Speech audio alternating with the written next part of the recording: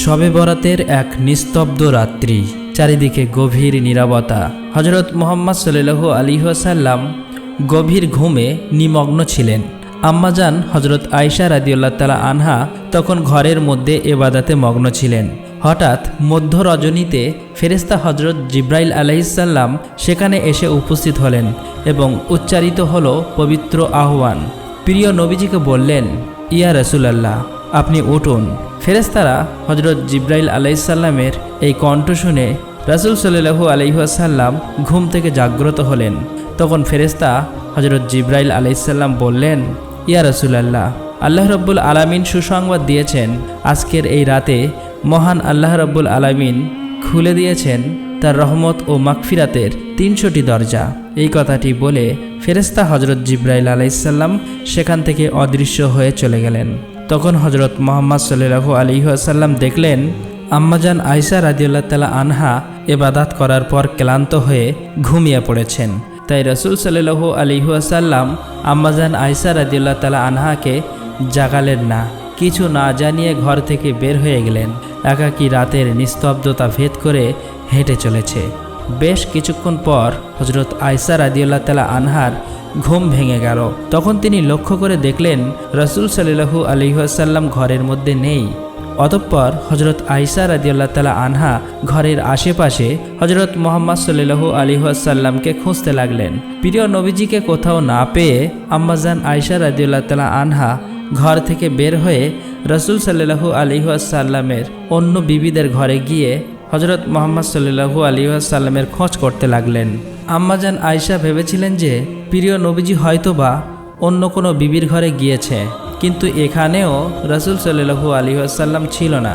এটা দেখে তিনি অস্থির হয়ে গেলেন। অতঃপর হজরত আয়েশা রাদিয়াল্লাহু তাআলা আনহা সোজা হজরত ফাতেমা রাদিয়াল্লাহু তাআলা আনহার বাড়ির দিকে রওনা হলেন। সেখানে গিয়ে হজরত আয়েশা রাদিয়াল্লাহু তাআলা আনহা হজরত ফাতেমা রাদিয়াল্লাহু তাআলা আনহাকে বললেন, হে ফাতেমা, তোমার আব্বাজান রাসূল সাল্লাল্লাহু আলাইহি ওয়াসাল্লামকে কোথাও খুঁজে পাচ্ছি না, তোমার আব্বাজান এখানে এসেছে নাকি? তখন হজরত ফাতেমা রাদিয়াল্লাহু তাআলা আনহা বললেন, আম্মাজান, না, এখানে তো আমার আব্বাজান আসেনি। তখন হজরত আলী রাদিয়াল্লাহু তাআলা আনহু নবীজিকে খোঁজার জন্য বের হয়ে গেলেন। হজরত আলী রাদিয়াল্লাহু তাআলা আনহুর পিছন পিছন হজরত হাসান ও হোসাইন রাদিয়াল্লাহু তাআলা আনহু এবং হজরত ফাতেমা রাদিয়াল্লাহু তাআলা আনহা এবং আম্মাজান আয়েশা রাদিয়াল্লাহু তাআলা আনহা বের হয়ে গেলেন। সবাই মিলে এদিকে ওদিকে খুঁজতে লাগলেন। অবশেষে মসজিদে এসে দেখলেন সেখানেও হজরত মুহাম্মদ সাল্লাল্লাহু আলাইহি ওয়াসাল্লাম নেই। তখন আম্মাজান আয়েশা রাদিয়াল্লাহু তাআলা আনহা বললেন, রাসূল সাল্লাল্লাহু আলাইহি ওয়াসাল্লাম কোথায় গেলেন? সব জায়গায় তো খুঁজেছি, অন্যান্য বিবিগণের ঘরেও খুঁজলাম, সেখানেও পেলাম না। আল্লাহর ঘর মসজিদে এসেও দয়ার নবীজিকে পেলাম না, তাহলে কোথায় গেল? তখন হজরত আলী রাদিয়াল্লাহু তাআলা আনহু বললেন, আমার মনে হয় দয়ার নবীজিকে মসজিদে পাওয়া গেল না, তাহলে হজরত মুহাম্মদ সাল্লাল্লাহু আলাইহি ওয়াসাল্লামকে কবরস্থান জান্নাতুল বাকিতে পাওয়া যেতে পারে। হজরত আলীর কথা শুনে সবাই মিলে জান্নাতুল বাকির দিকে রওনা হলেন। সেখানে এসে দেখেন যে রাসূল সাল্লাল্লাহু আলাইহি ওয়াসাল্লাম সিজদায় পড়ে রয়েছেন এবং সেই সিজদার নূর এবং রাসূল সাল্লাল্লাহু আলাইহি ওয়াসাল্লামের পবিত্র চেহারার নূরের জান্নাতুল বাকির কবরস্থান আলোয় আলোকিত হয়ে রয়েছে।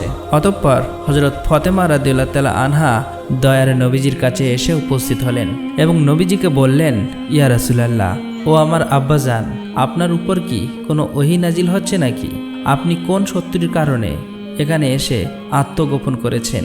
হজরত মুহাম্মদ সাল্লাল্লাহু আলাইহি ওয়াসাল্লাম সিজদা থেকে মাথা উঠিয়ে ফাতেমা রাদিয়াল্লাহু তাআলা আনহাকে বললেন, হে ফাতেমা, আমার উপর এখন কোনো ওহী নাজিল হচ্ছে না এবং আমি কোনো শত্রুর কারণে এখানে এসে আত্মগোপন করিনি। হে ফাতেমা, হজরত জিব্রাইল আলাইহিস সালাম এসে আমাকে বলে গিয়েছেন আজকের রাতে মহান আল্লাহ রাব্বুল আলামিন তার রহমত এবং মাগফিরাতের ৩০০টি দরজা খুলে দিয়েছেন। হে ফাতেমা, আজকের রজনী এমন একটি বরকতময় রজনী যে এই রাত্রে বান্দার ভাগ্য নির্ধারণ করা হয়, আর এই রাত্রি মহান আল্লাহ রাব্বুল আলামিন বান্দাদেরকে রক্ষা করে থাকেন, আর এই রাত্রি মহান আল্লাহ রাব্বুল আলামিন বান্দাদেরকে ক্ষমা করে দেন। এটা হলো অর্ধ শাবানের রাত, শাবান মাসের 14 তারিখের দিবাগত রাত। আল্লাহ তাআলা অর্ধ শাবানের রাত্রি তার বান্দার প্রতি মনোযোগ দেন এবং ক্ষমা প্রার্থনাকারীদের ক্ষমা করে দেন এবং অনুগ্রহ প্রাপ্তিদের অনুগ্রহ করেন আর হিংসা পোষণকারীদের ছেড়ে দেন। হে ফাতেমা, আমি সিজদায় পড়েছিলাম জান্নাতুল বাকিতে যারা শায়িত আছে তাদের জন্য। মহান আল্লাহ রাব্বুল আলামিনের কাছে দোয়া প্রার্থনা করছি, কেননা আমি যা জানি তোমরা তা জানো না, আমি যা দেখি তোমরা তা দেখতে পাও না। আমি যখন কবরের কাছে এসে দাঁড়াই তখনই কবরে থাকা ব্যক্তিদের সঙ্গে মহান আল্লাহ তাআলা কীরূপ আচরণ করেন তা আমি বুঝতে পারি। তোমরা যেমন দিনের বেলা সব কিছু স্পষ্ট দেখতে পাও, আমি কবরের আযাব ঠিক তেমনি স্পষ্ট দেখতে পাই। হে ফাতেমা, আমি জান্নাতুল বাকিতে এসেছি আমার সাহাবীদের জন্য মহান আল্লাহ রাব্বুল আলামিনের কাছে মাগফিরাত কামনা করতে। মহান আল্লাহ রাব্বুল আলামিন যেন সবাইকে জাহান্নামের কঠিন আযাব থেকে নাজাত দান করেন। অবশ্যই তারা সকল মিলে জান্নাতুল বাকি থেকে বাড়ির দিকে রওনা হলো। অতঃপর পঞ্চম হিজরি শাবান মাস আল্লাহর রাসূল সাল্লাল্লাহু আলাইহি ওয়াসাল্লাম তার সাহাবীদের নিয়ে ফিরছেন বনি মুস্তালিকের যুদ্ধ থেকে। কিছু লোক আগে চলে গেল, সবাই ক্লান্ত, ধুলোমাখা চেহারা, তারা খুবই তৃষ্ণার্ত, তবু মনে শান্তি, কারণ তারা আল্লাহর রাস্তায় জিহাদ করে ফিরছেন। কিন্তু এই শান্তির মুহূর্তেই সামনে দেখতে পেয়েছিল একটি পানির কূপ, একজন মুজাহির, একজন আনসার।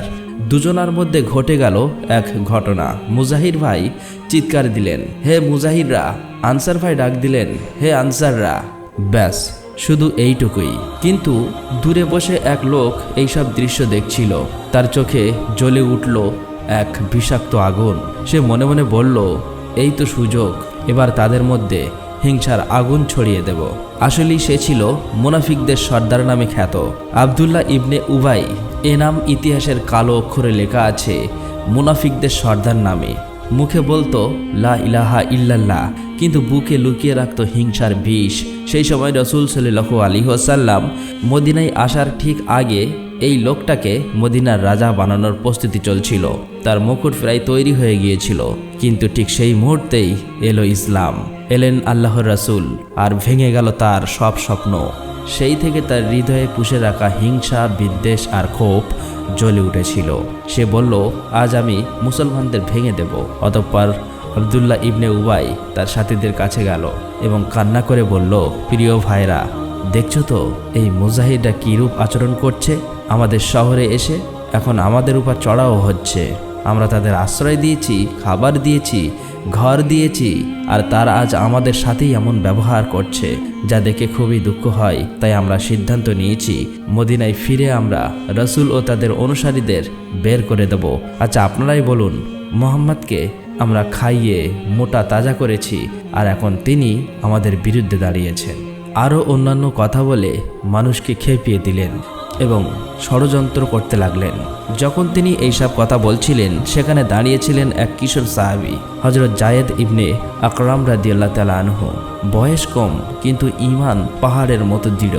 যখন এই খারাপ কথাগুলো শুনল, তার পুরো শরীর কেঁপে উঠল, বুকের ভিতর যেন কেউ ছুরি ঢুকিয়ে দিল।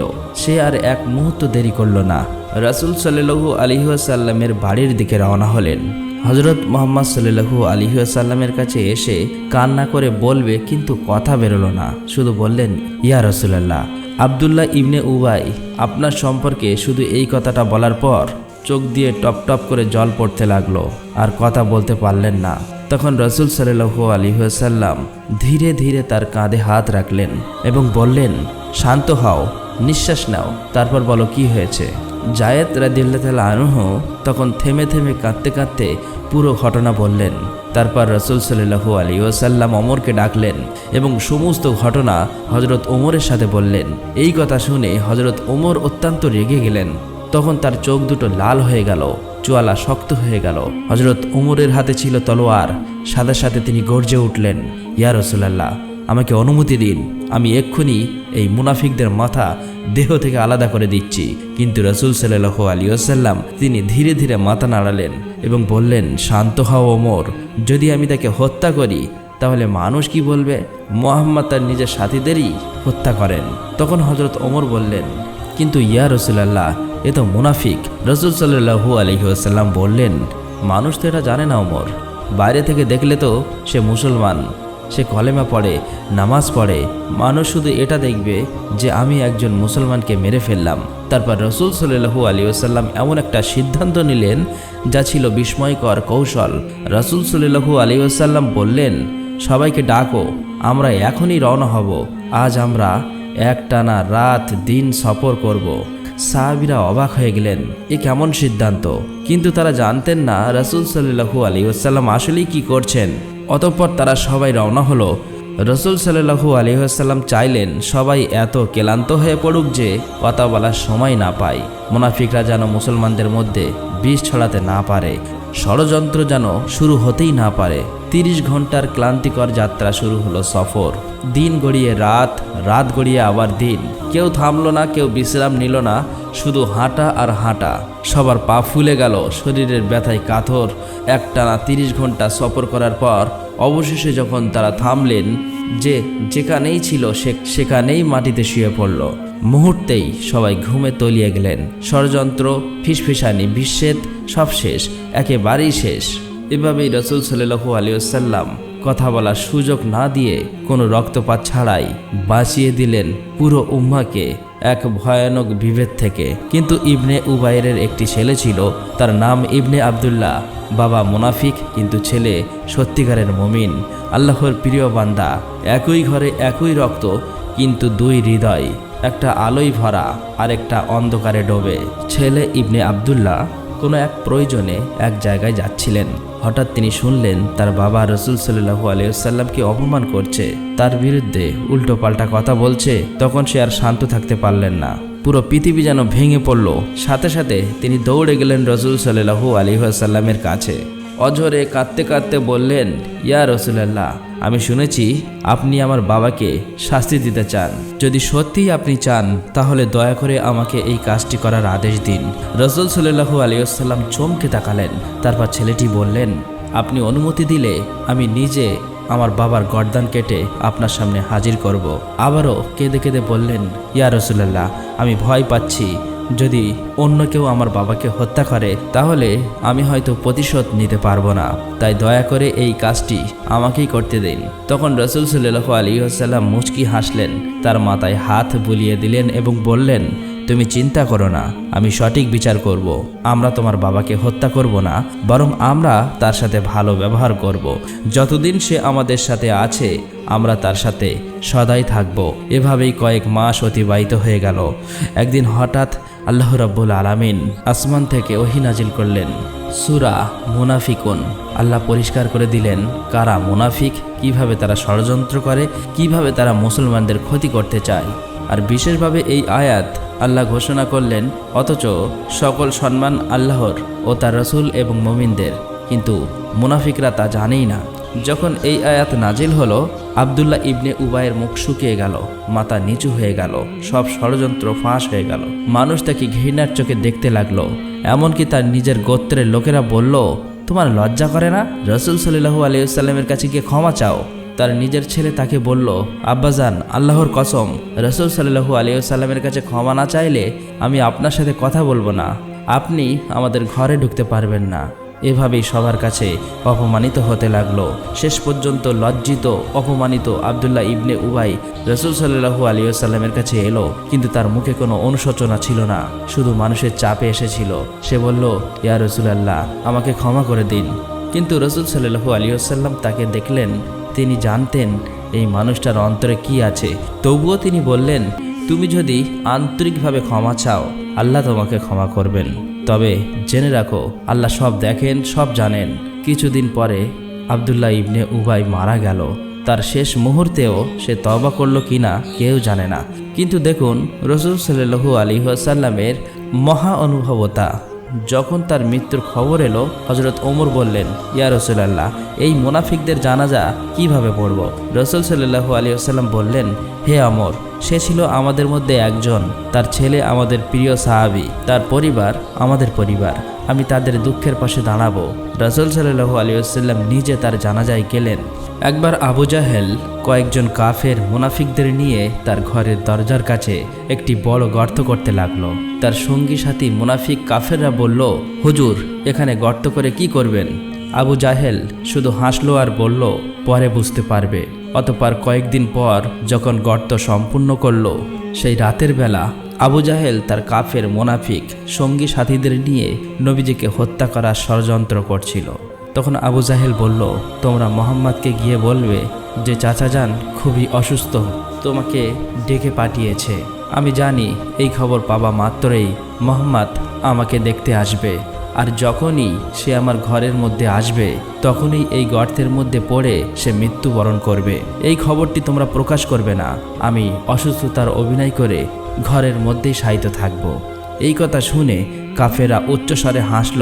অতঃপর পরের দিন মুহাম্মদ সাল্লাল্লাহু আলাইহি ওয়াসাল্লামের বাড়ির দিকে রওনা হলো। সেখানে পৌঁছে তারা কান্না করে অভিনয় করে বলল, হে মুহাম্মদ, তুমি কি এখনো শোনোনি? তোমার চাচাজান খুবই অসুস্থ, মৃত্যুশয্যায় পড়ে আছে, তোমাকে দেখার ইচ্ছা প্রকাশ করছে। তুমি তাড়াতাড়ি তোমার চাচাজানকে গিয়ে একটা বারের জন্য দেখে এসো। এই খবর আমরা তোমার কাছে পৌঁছাতে এসেছি, তুমি এক্ষুনি রওনা হও। এই বলে তারা চলে এলো। দয়ার নবী এই কথা শোনা মাত্রই তার হৃদয়ে মায়া মমতা ভরে উঠল। রাসূল সাল্লাল্লাহু আলাইহি ওয়াসাল্লাম অস্থির হয়ে পড়ল। তাই কোনো কিছু চিন্তা না করেই আবু জাহেলকে দেখার উদ্দেশ্যে রওনা হলো। হাঁটতে হাঁটতে যখন তিনি আবু জাহেলের প্রায় বাড়ির কাছাকাছি এসে পড়ল, ঠিক তখনই আল্লাহ রাব্বুল আলামিন হযরত জিব্রাইল আলাইহিস সালামকে বললেন, হে জিব্রাইল, তুমি তাড়াতাড়ি যাও, আমার বন্ধু প্রিয় হাবিবকে এই খবর জানিয়ে দাও।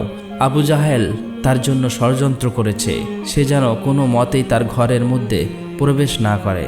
এই আদেশ পাওয়ার সাথে সাথেই হযরত জিব্রাইল আলাইহিস সালাম হযরত মুহাম্মদ সাল্লাল্লাহু আলাইহি ওয়াসাল্লামের কাছে এসে উপস্থিত হলেন এবং বললেন, ইয়া রাসূলুল্লাহ, আপনি আর এগোবেন না, আল্লাহ রাব্বুল আলামিন সেখানে যেতে নিষেধ করেছেন। তারপর সমস্ত ঘটনা খুলে বললেন। অতঃপর হযরত মুহাম্মদ সাল্লাল্লাহু আলাইহি ওয়াসাল্লাম আর এগোলেন না, নিজের বাড়ির পথেই ফিরে আসলেন। অনেক সময় অতিক্রম করার পর আবু জাহেল দেখল প্রিয় নবীজি তার ঘরে আসছে না। তখন তিনি অস্থির হয়ে পড়ল। সেই সময় কয়েকজন কাফের আবু জাহেলের কাছে এসে বলল, হুজুর, মুহাম্মদ সাল্লাল্লাহু আলাইহি ওয়াসাল্লাম বাড়ি ফিরে গেছে, আর কয়েক কদম আসলেই গর্তে পড়ত, কিন্তু জানি না কেন সে ফিরে গেল। এই খবর শুনে আবু জাহেল লাফিয়ে উঠল। সে বলল, কেন ফিরে গেছে? সবাই বলল, আমরা তো জানি না হুজুর। তখন আবু জাহেল নিজেই মুহাম্মদকে ডেকে আনার জন্য যেমনই ঘরের বাইরে পা দিতে গেল, আর তখনই নিজের খোঁড়া গর্তে নিজেই পড়ে গেল। সে কিছু বুঝতে পারল না, তার মনেও ছিল না যে সে নিজেই গর্ত করেছিল মুহাম্মদকে ফেলবে বলে, কিন্তু নিজেই সেই গর্তে পড়ল। আর তখনই আল্লাহ রাব্বুল আলামিন ওই ঘর থেকে নির্দেশ দিল, এ গর্ত আরও প্রশস্ত, আরও বড় হয়ে যাও। সাথে সাথে গর্ত আরও বড় হয়ে গেল। এটা দেখে আবু জার চিৎকার করে কাঁদতে লাগলো, আর নিচে থেকে তার সঙ্গী সাথীদের বলতে লাগলো, আমাকে বাঁচাও, তোমরা বাঁচাও। এই কথা শুনে উপরে থাকা সকল সঙ্গী কাফের মুনাফিকরা বলল, হুজুর, এত বড় গর্ত থেকে আমরা তোমাকে কিভাবে উদ্ধার করব? এটা আমাদের পক্ষে কখনোই সম্ভব না। তখন আবু জাহেল বুঝতে পেরেছিল গর্ত তো সে ছোট ছিল, কিন্তু কিভাবে এত বড় হয়ে গেল সে বুঝে গিয়েছিল। এখান থেকে উদ্ধার করতে হলে একমাত্র মুহাম্মদকে দরকার। তখন গর্তের নিচে থেকে চেঁচিয়ে বলল, তোমরা মুহাম্মদকে গিয়ে বলো তোমার চাচা আবু জাহেল যে ষড়যন্ত্র করেছিল তার জন্য দুঃখিত এবং সে ক্ষমা চাইতে রাজি, দয়া করে এখন তাকে উদ্ধার করুন। অতঃপর আবু জাহেলের কয়েকজন সঙ্গী সাথী রাসূল সাল্লাল্লাহু আলাইহি ওয়াসাল্লামের কাছে এসে বললেন, হে মুহাম্মদ, তোমার চাচা খুবই বিপদে আছে, দয়া করে তাকে উদ্ধার করুন। সে বলেছে ক্ষমা চাইব এবং কলেমা পড়ব। এই কথা শুনে দয়ার নবীজি আর চুপ থাকতে পারলেন না। সাথে সাথেই আবু জাহেলকে উদ্ধার করার জন্য সেই গর্তের কাছে চলে আসলেন এবং দেখলেন আবু জাহেল গর্তের একেবারে নিচে আছে। নবীজিকে দেখা মাত্রই আবু জাহেল কান্না করে বলল, হে মুহাম্মদ, আমি ভুল করেছি, আমাকে যেভাবেই হোক উপরে তোলো। এই কথা শোনা মাত্রই দয়ার নবীজি তার রহমতের হাতখানা যেমনই গর্তের মধ্যে প্রবেশ করলো, আর তখনই একেবারেই প্রশস্ত হয়ে নিচে চলে গেল। অতঃপর আবু জাহেল সেই রহমতের হাতের সাহায্যে উপরে উঠে আসলো। তখন নবীজি সাল্লাল্লাহু আলাইহি ওয়াসাল্লাম বললেন, চাচাজান, আপনি একেবারেই কলেমা পড়ুন। তখন আবু জাহেল বলল, হে মুহাম্মদ, আমি তো ভেবেছিলাম কলেমা পড়ব, কিন্তু তুমি যে এত বড় জাদুঘর তা কখনোই জানি না। এত বড় গর্তে হাত দেওয়া মাত্রই কিভাবে তোমার হাত আমার কাছে পৌঁছালো? এটা জাদু ছাড়া আর কিছুই নয়। অতএব তুমি জাদুঘর, আমি কিভাবে কলেমা পড়ব বলো? এই কথা শোনা মাত্রই তার পাশে থাকা সকল সঙ্গী সাথীরা সবাই উচ্চস্বরে হাসতে লাগলো, কিন্তু দয়ার নবীজি স্তব্ধ হয়ে গেল এবং খুবই মন খারাপ করে বাড়ির দিকে ফিরে আসতে লাগলো। প্রিয় দর্শক, যখন আমরা প্রিয় নবীজির এই সকল গল্প পড়ি চোখের জল চলে আসে। ভাবি আজ যদি আমরা রসুল সাল্লাল্লাহু আলাইহি ওয়াসাল্লামের চেহারা দেখতে পেতাম, তার কণ্ঠস্বর শুনতে পেতাম, তাহলে জীবন ধন্য হয়ে যেত। আবদুল্লাহ ইবনে উবাই রসুল সাল্লাল্লাহু আলাইহি ওয়াসাল্লামকে স্বচক্ষে দেখেও মুনাফিকি করলো। আবু জেহেল দয়ার নবীজিকে দেখার পরেও, বোঝার পরেও তাকে জাদুঘর বলল। আর আমরা রসুল সাল্লাল্লাহু আলাইহি ওয়াসাল্লামকে দেখিনি, কিন্তু আমাদের হৃদয়ে আছে তার ভালোবাসা। আমরা এই দুনিয়ায় তার সাথে থাকতে পারলাম না, কিন্তু যদি আমরা তার সুন্নত মেনে চলি, তার পথে চলি, তাহলে জান্নাতে আমরা তার সাথে থাকতে পারবো। হে আল্লাহ, আমাদের সবাইকে প্রিয় রসুলের সত্যিকারের উম্মত হবার তৌফিক দিন। আমাদের অন্তরে ঈমানের আলো জ্বলিয়ে দিন। হে আল্লাহ, মৃত্যুর আগে আমরা যেন রসুল সাল্লাল্লাহু আলাইহি ওয়াসাল্লামের রহমতেই নুরানি চেহারা একটা বারের জন্য দেখতে পাই। হে আল্লাহ, আমরা যেন রসুল সাল্লাল্লাহু আলাইহি ওয়াসাল্লামের সাথে জান্নাতে মিলিত হতে পারি। আল্লাহ রাব্বুল আলামিন আমাদের সকলের দোয়া কবুল করুক এবং সমস্ত আশা পূর্ণ হবার তৌফিক দান করুক। আমরা সকলেই বলি আমিন।